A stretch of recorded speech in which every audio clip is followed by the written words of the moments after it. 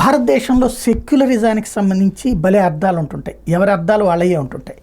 అందులో ఓ విశేషం ఏంటంటే అరుణ్ గోవిల్ ఒకప్పుడు మా చిన్నప్పుడు రామాయణం అనేది టీవీలో సీరియల్ సుదీర్ఘకాలం పాటు నడిచింది. ఆ తర్వాత భారతం.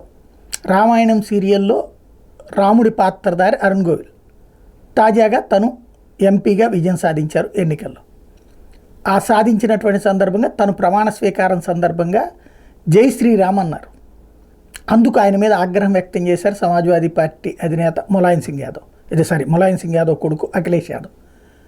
ఇక్కడే విచిత్రం ఏంటంటే ఈ దేశంలో పుట్టినటువంటి ప్లస్ రాముడి పాత్ర ద్వారానే పాపులర్ అయినటువంటి అరుణ్ గోవిల్ జై శ్రీరామ్ అంటే తప్పుపట్టినటువంటి అఖిలేష్ యాదవ్ ఈ దేశాన్ని వద్దనే లేదా ఈ దేశాన్ని ఎప్పుడు విడిపోవాలని కోరుకునే కాశ్మీర్ని ముక్కలు చేయాలని కోరుకునే పాలస్తీనాకి అదే లోక్సభలో జై కొట్టినటువంటి ఓవైసీ విషయంలో మాత్రం సమర్థిస్తారు.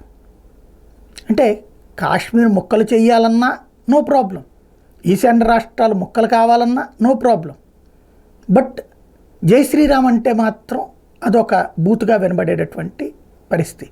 మన దేశంలో సెక్యులరిజానికి ఉన్నటువంటి విచిత్ర అర్థం అదే అనుకుంటాం.